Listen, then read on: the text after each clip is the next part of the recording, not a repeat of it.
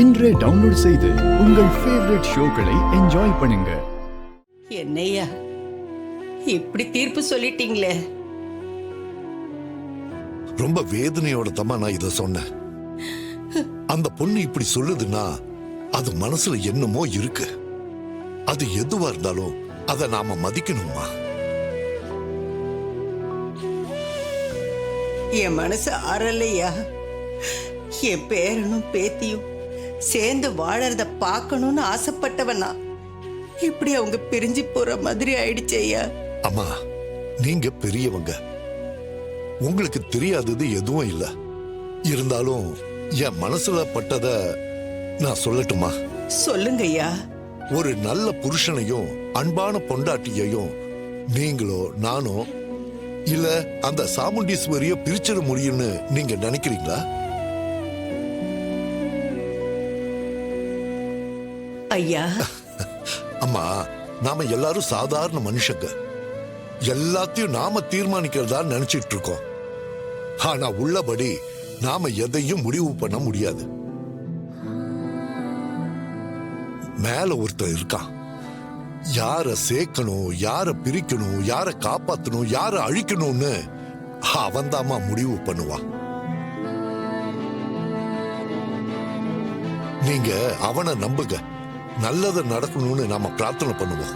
நீங்க சொல்றது சத்தியமான வார்த்தையா. ஆனா என் மனசு கேட்கலையே. என் பேரனும் பேத்தியும் இங்க வந்து நின்னத என்னால பார்க்க முடியலையா. அதையே இப்படி கேட்டேன். சரிம்மா, நல்லதே நடக்கும். நான் வரேம்மா. வாங்கய்யா. கோயில்ல வச்சு சாமிக்கு முன்னாடி காசை வெட்டி போட்டு பிரிச்சு விட்டாச்சு.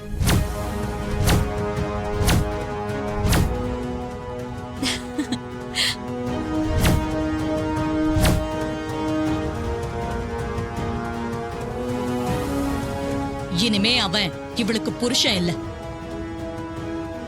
இவ அவனுக்கு பொண்டாட்டியும் இல்ல. திருமண பந்தத்தை முறிச்சாச்சு.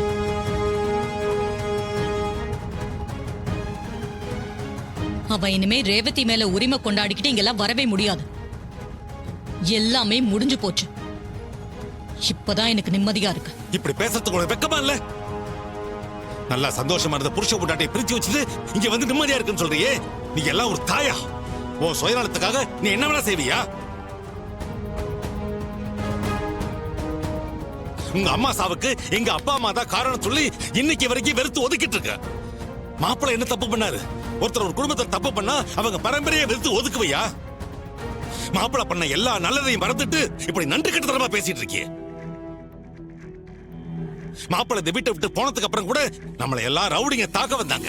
அவங்க கிட்ட நம்ம உயிரெல்லாம் காப்பாத்தினாரு. அவர் மட்டும் அன்னைக்கு வராம போயிருந்தாருன்னா நம்ம கதையெல்லாம் அன்னைக்கே அதோ கதைதான். எல்லா நன்றியும் மறந்துட்டு இப்படி பேசுறது நியாயமா உனக்கு? என்ன ரொம்ப பேசுறீங்க? உங்க தங்கச்சி பையங்கிறதுனால ரொம்ப பறிஞ்சு பேசுறீங்களா? அந்த காரணத்துக்காக மட்டும் இல்ல, இதுல என் பொண்ணோட வாழ்க்கை இருக்கு. ஒரு தகப்பனா வாழ்க்கையை காப்பாற்ற வேண்டியது என்னோட பொறுப்பு.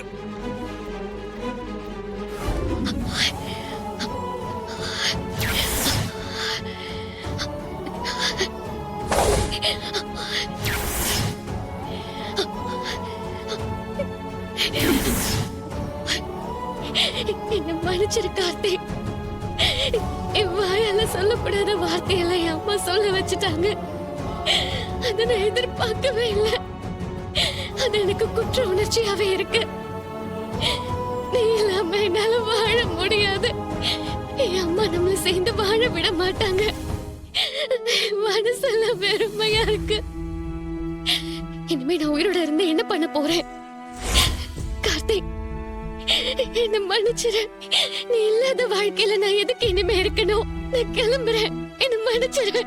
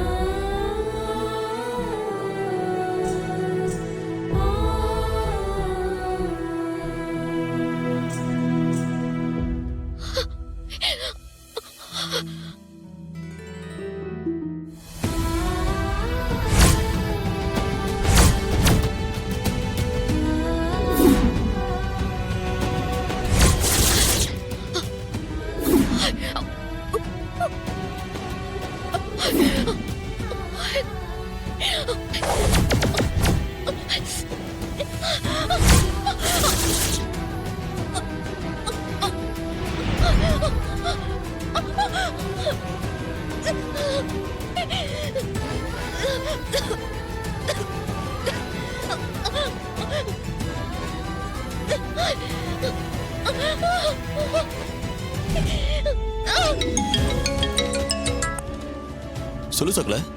எங்க ரேவதிக்கு ஃபோன் பண்ண, அவ ஃபோனே எடுக்கல. ரூம்ல தானே இருக்கா, ஏன் எடுக்கலன்னு தெரியலையே. சரி, கொஞ்சம் ரூமுக்கு போய் என்னன்னு பாருங்களா. சரி இருப்பா, நான் இப்போ போய் என்னன்னு பார்த்துட்டு உனக்கு கூப்பிடுறேன்.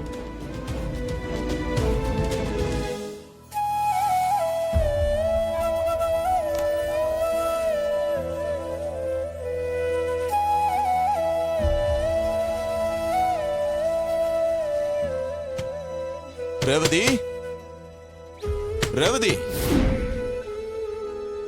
ரேவதி கதவு தர.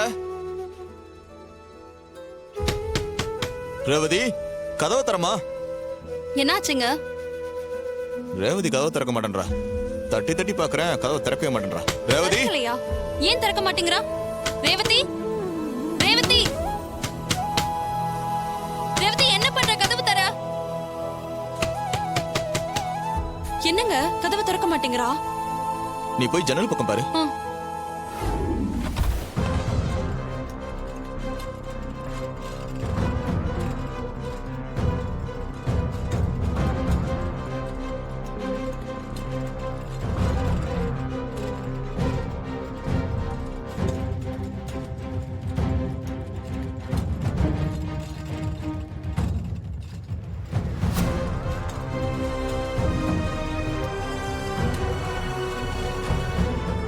டாக்டர், எப்படியாவது என் பொண்ணு உயிரை காப்பாத்துங்க டாக்டர்.